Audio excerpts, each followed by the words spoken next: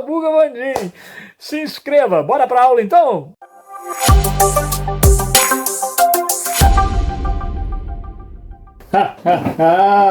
Muito bem. Olha a gente aí agora fazendo o quê? Ah lá, na 10ª parte do nosso estudo sobre o Oriente Médio. Caramba, hein? Elelê! E o que a gente está fazendo agora? Analisando um babado forte. É um bafão, cara. O escândalo Irã-Contras. É isso aí. Você vai topar isso em algumas questões aí, cara. Vai meter o dedo nessa pedra aí e vai chorar de dor, hein? Então, ó, deixa o Vandim te ajudar. O que é esse caso Irã-Contras? O que isso representou? Por que isso pode aparecer numa prova? Bom, eu volto na nossa aula anterior. O que a gente tinha conversado? Quem era o grande aliado dos Estados Unidos, hein? Quem era? O Iraque. Isso aí. Quem era o ditador iraquiano? Saddam Hussein. Quem era o parceirão dos Estados Unidos? Saddam Hussein. Para quem que os Estados Unidos davam armas e grana? Saddam Hussein. Por quê? Isso aí, porque Saddam poderia neutralizar o Ayatollah Khomeini, aquele fundamentalista islâmico que apavorava um bocado de gente na opinião pública internacional, com medo de que, sei lá, um califado aí, o mundo agora vai virar o quê? Porque o cara era defensor do pan-islamismo, né? Maravilha. Então, ó, por que a gente vai estudar o escândalo Irã-Contras? Para você estudar quando é que foi que Saddam Hussein deixou de ser parceirão e virou inimigo dos Estados Unidos. É, porque o tio Sam pisou na bola, pô. Hein? Vamos ver isso aí? Bora lá, esse é o caso, ou o escândalo Irã-Contras. Vai marcar, da agora para frente, um amargor. O que vem na sequência? Guerra do Golfo, que é Estados Unidos contra Saddam Hussein. Eita mesmo, hein, Vandim? Pera lá, deixa eu recordar então. Pera lá, muita calma nessa hora. Nossa história começou em 1979. Isso. O Ayatollah Khomeini derrubou o Shah Reza Pahlavi. Beleza. Os Estados Unidos também estavam contra o Shah, por uma questão de direitos humanos, lembra? Mas os Estados Unidos não queriam um regime tão radical como esse que o Ayatollah dava início. Fazendo as pessoas, sei lá, vestir burca e começar com aquelas regras da Sharia, polícia religiosa. Os Estados Unidos achou que isso também é desrespeitar os direitos humanos. Não sei. Os Estados Unidos, então, põe lá o Irã e o Iraque para brigar. Porque é claro que naquela aula nossa da guerra Irã-Iraque, você viu que só faltou eu dizer que os Estados Unidos é que estavam incitando a briga entre os dois. Maravilha. Então, os Estados Unidos fortaleceram Saddam Hussein para que o Saddam Hussein neutralizasse o Ayatollah Khomeini. E agora, na aula de hoje, o Saddam Hussein descobre que por baixo dos panos os Estados Unidos tinham negócios com o Irã. Eita! Ah, Vandim, nosso povo pilantra, né? Nossa, povo é pilantra demais. Pois é. Não morra, minha filha. Tem dessas coisas, não é isso? Já dizia o grande Hit. A vida tem dessas coisas. Você pensou que Hit só tinha gravado Menina Veneno? Não, ele tem uma música que chama A Vida Tem Dessas Coisas. Não fala sobre o caso dos Irã-Contras, mas a vida tem dessas coisas. Hit. Eita, grande Hit. Muito bem, então vamos lá. Defina para mim o escândalo ou caso Irã-Contras. É um caso revelado pela mídia em 1986, lembrando que o Irã ainda está em guerra com o Iraque até 88.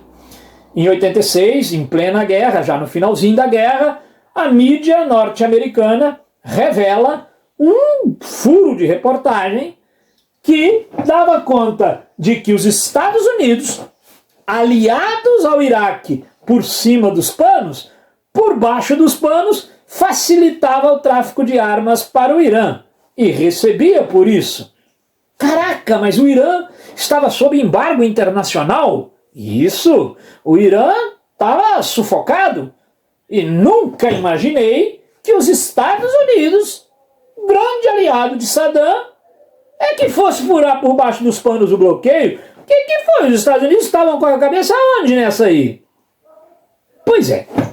Olha, a história é mais enrolada do que a minha vida financeira.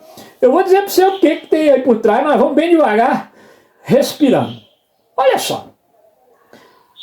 Aparentemente, os Estados Unidos queriam resolver dois problemas que não podia resolver por cima dos panos. Um problema era, aqui na América, num país chamado Nicarágua, quem governava eram os comunistas, da Frente Sandinista. Um dia você vai estudar isso aí ainda, tá? Na América Latina. O sandinismo. Os Estados Unidos queria financiar um grupo contrário ao governo comunista da Nicarágua. Mas por cima dos panos não podia se meter. Esse grupo contrário aos sandinistas, aos socialistas lá da Nicarágua, chamava-se Contras. Entendeu o título? Irã Contras. Onde os Estados Unidos esperavam conseguir um dinheiro não contabilizado, porque eles têm dinheiro, mas eles não podem contabilizar o financiamento da guerrilha contra um governo legitimamente constituído. Bom, eu sei que de vez em quando os Estados Unidos perdem esse pudor. Mas ali no caso o presidente Ronald Reagan tinha esse pudor. Eles pretendiam arrumar esse dinheiro traficando armas para o Irã. Ao mesmo tempo, eles tinham um outro problema. O Hezbollah, lembra aquele grupo que surgiu lá no Líbano, um grupo radical, extremista, islâmico? O Hezbollah tinha 6 norte-americanos em seu poder, sequestrados. E os Estados Unidos precisavam, politicamente, trazer esses 6 cidadãos de volta. Só que Reagan, diante das câmeras de TV, dizia: eu não negocio com sequestradores. Isso é bonito falar. Mas por baixo dos panos, o que o Reagan estava fazendo? Ele estava facilitando a entrada de armas para o Irã, que sofria um embargo internacional e não tinha acesso a armas, em troca do Irã dar uma força lá no Hezbollah, porque o Hezbollah também é um grupo fundamentalista islâmico, como o Ayatollah Khomeini era. Entende a jogada?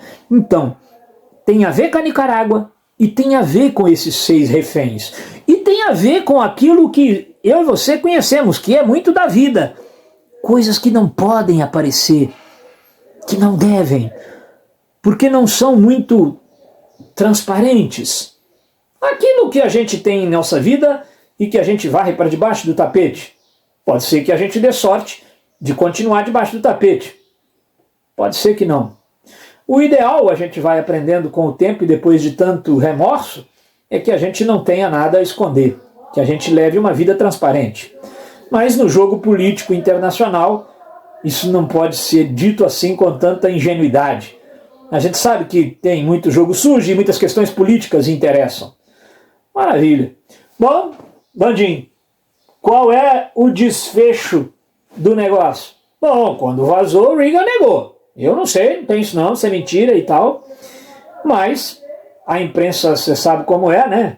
Ela é o quarto poder. A imprensa continuou investigando e inclusive deu a conhecer para toda a comunidade que muitos documentos haviam sido destruídos assim que o caso veio à tona.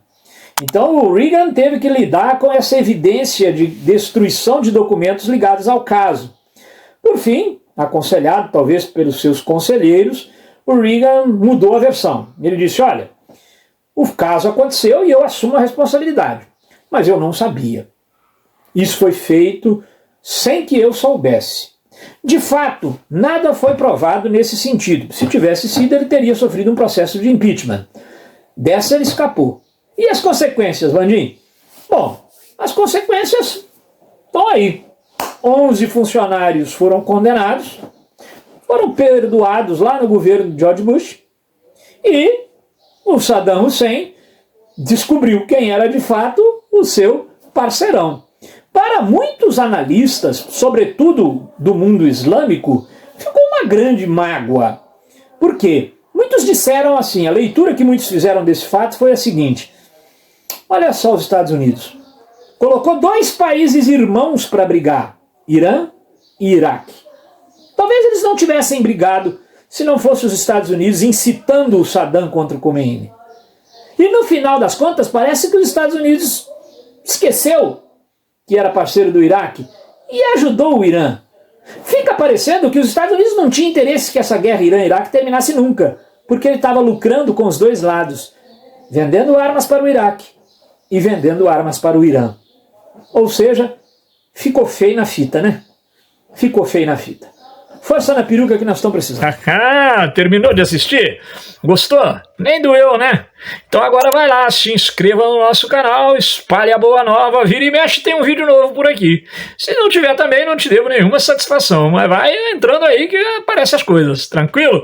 Não passa aperto com história não. Vem pro Sabuga Vandim que aqui a gente sabuga. Se não for história, vai ter aqui. Se não for, a gente inventa pra ter aqui também. Abração, hein? Deixa o seu like e inscreva-se.